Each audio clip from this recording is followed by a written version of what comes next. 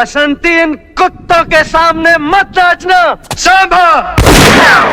अमजद खान का जन्म 1943 में विभाजन से पूर्व लाहौर में हुआ था। वह भारतीय फिल्मों में जाने माने अभिनेता जयंत के पुत्र थे। अभिनेता के रूप में उनकी पहली फिल्म शोले थी और यह फिल्म अमजद खान को शत्रुघ्न सिन्हा के कारण मिली थी। वास्तव में शोले के गब्बर सिंह की भूमिका पहले शत्रु को ही दी गई थी, परंतु समयाभाव के कारण इनकार कर दिया तो ये भूमिका अमजद खान को मिल गई। कितने आदमी थे सरदार?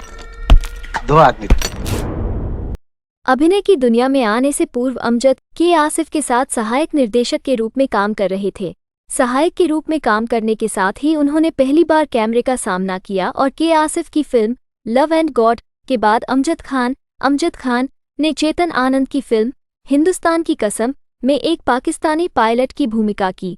ये दोनों ही भूमिकाएं ऐसी थी जो न दर्शकों को याद रही और न स्वयं अमजद खान को। अंततः शोले को ही अमजद की पहली फिल्म मानते हैं।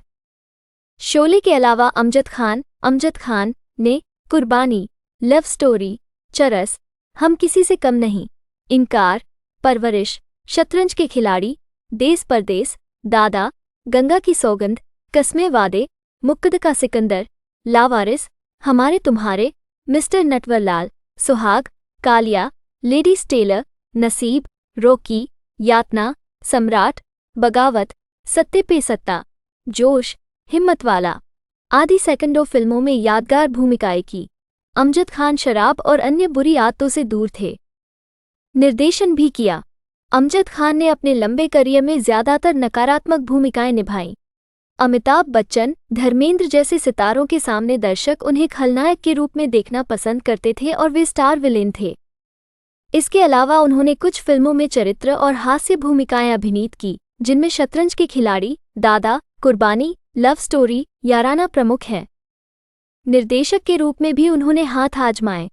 चोर पुलिस 1983 और अमीर आदमी गरीब आदमी 1985 नामक 2 फिल्में उन्होंने बनाई, लेकिन इनकी असफलता के बाद उन्होंने फिर कभी फिल्म निर्देशित नहीं की।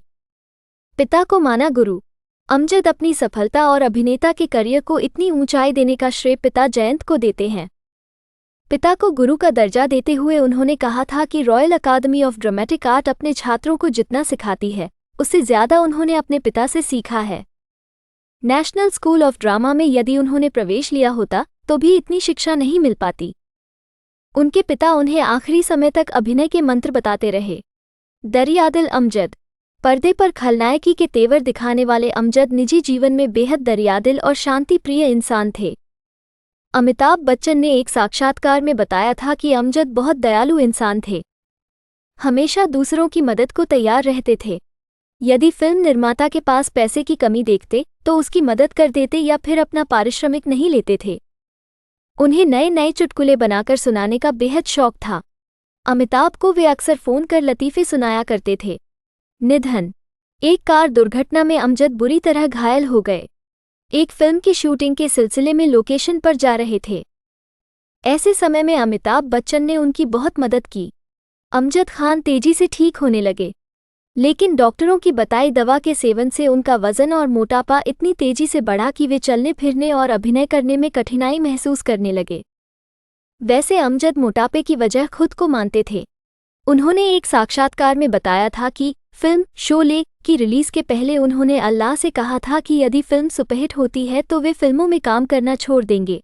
फिल्म सुपरहिट हुई, लेकिन अमजद ने अपना वादा नहीं निभाते हुए काम करना जारी रखा। ऊपर वाले ने मोटापे के रूप में उन्हें सजा दे दी। इसके अलावा वे चाय के भी शौकीन थे। 1 घंटे में 10 कप तक वे पी जाते थे। इससे भी वे बीमारियों का शिकार बने। मोटापे के कारण उनके हाथ से कई फिल्में फिसलती गई। 27 जुलाई 1992 को उन्हें दिल का दौरा पड़ा और दहाड़ता गब्बर हमेशा के लिए सो गया। अमजद ने हिंदी सिनेमा के खलनायक की इमेज के लिए इतनी लंबी लकीर खींच दी थी कि आज तक उससे बड़ी लकीर कोई नहीं बना पाया है। डिम्पल कपाड़िया और राखी अभिनीत फिल्म रुदाली अमजद खान की आखिरी फिल्म थी। इस फिल्म में उन्होंने एक मरने की हालात में पहुंचे एक ठाकुर की भूमिका निभाई थी, जिसकी जान निकलते निकलते नहीं निकलती। ठाकुर यह जानता है कि उसकी मौत पर उसके परिवार के लोग नहीं रोएंगे। इसलिए वह मातम मनाने और रोने के लिए रुपये लेकर रोने वाली रुदाली को बुलाता है।